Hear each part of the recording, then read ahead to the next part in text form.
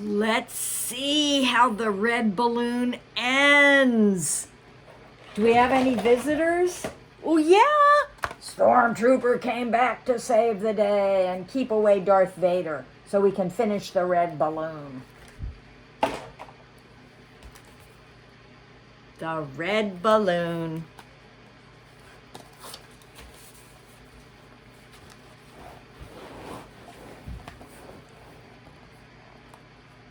On the way home, Pascal stopped to look at a picture in a sidewalk exhibit. It showed a little girl with a hoop. Pascal thought how nice it would be to have a friend like that little girl. But just at that moment, he met a real girl looking just like the one in the picture. She was wearing a pretty white dress, and she held in her hand a string to a blue balloon. Pascal wanted to be sure she noticed that his balloon was a magic one, but his balloon wouldn't be caught, and the little girl began to laugh. Pascal was angry. "What's the use of having a trained balloon if it won't do what you want?" he said to himself. At that very moment, some of the tough boys of the neighborhood came by. They tried to catch the balloon as it trailed along behind Pascal, but the balloon saw the danger. It flew to Pascal at once. He caught it and began to run. But more boys came to corner him from the other side. So Pascal let go of his balloon, which immediately rose high into the sky. While the boys were all looking up, Pascal ran between them to the top of the steps. From there, he called his balloon, which came to him at once, to the great surprise of the boys in the gang. So Pascal and his balloon got home without being caught.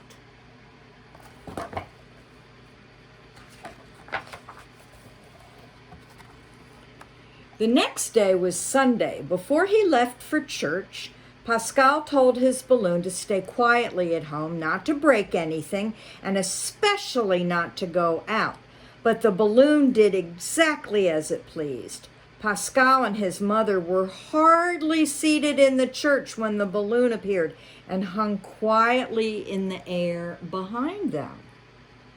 Now, a church is no place for a balloon. Everyone was looking at it. No one was paying attention to the service.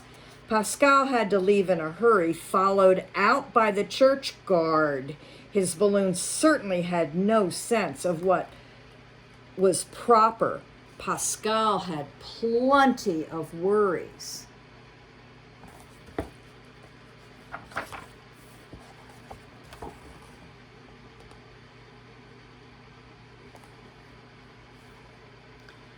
All this worry made him hungry, and as he still had his coin for the collection plate, he went into the bakery shop for some cake.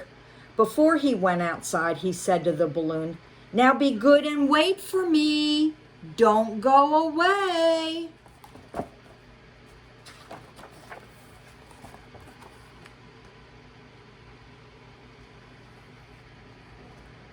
The balloon was good and only went as far as the corner of the shop to warm itself in the sun. But that was already too far, for the gang of boys who had tried to catch it the day before saw it, and they thought that this was the moment to try again. Without being seen, they crept up on it, jumped on it, and carried it away. When Pascal came out of the bake shop, there was no balloon. He ran in every direction looking up at the sky. The balloon had disobeyed him again. It had gone off by itself. And although he called at the top of his voice, the balloon did not come back.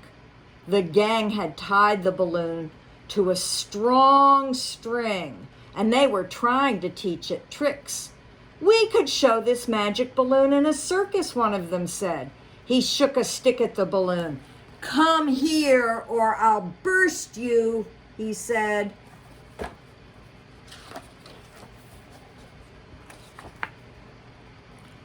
As luck would have it, Pascal saw the balloon over the top of the wall. Desperately dragging at the end of its heavy string, he called to it. As soon as it heard its voice, the balloon flew toward him. Pascal quickly untied the string and ran off with his balloon as fast as he could. The boys raced after them. They made so much noise that everyone in the neighborhood stopped to watch the chase. It seemed as if Pascal had stolen the boys' balloon. Pascal thought, I'll hide in the crowd. But a red balloon can be seen anywhere, even in a crowd. Pascal ran through narrow alleys trying to lose the gang of boys.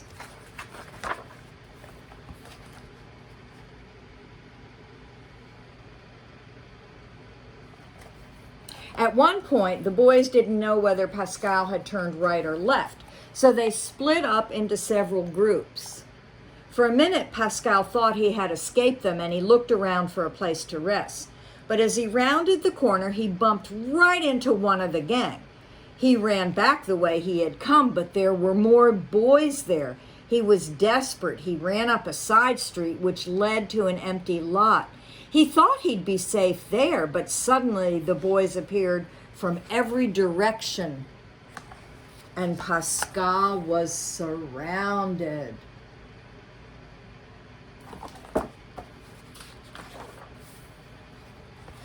So he let go of the balloon, but this time instead of chasing the balloon, the gang of boys attacked Pascal. The balloon flew a little way off, but when it saw Pascal fighting, it came back. The boys began throwing stones at the balloon. "Fly away, balloon, fly away," Pascal cried, but the balloon would not leave his friend. Then one of the stones hit the balloon and it burst. While Pascal was crying over his popped balloon, the strangest thing happened. Everywhere, balloons could be seen flying up into the air and forming a line high in the sky. It was a revolt of all the captive balloons. Look at that picture.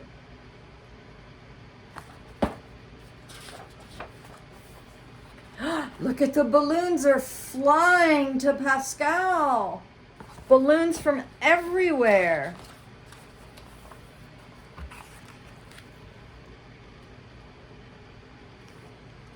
And all the balloons of Paris came down to Pascal, dancing around him, twisting their strings into one strong one, and lifting him up into the sky. And that was how Pascal took a wonderful trip around the world. Let's see. Bye-bye, Pascal. You see him? He's there, and look at the balloons. The end. I love you.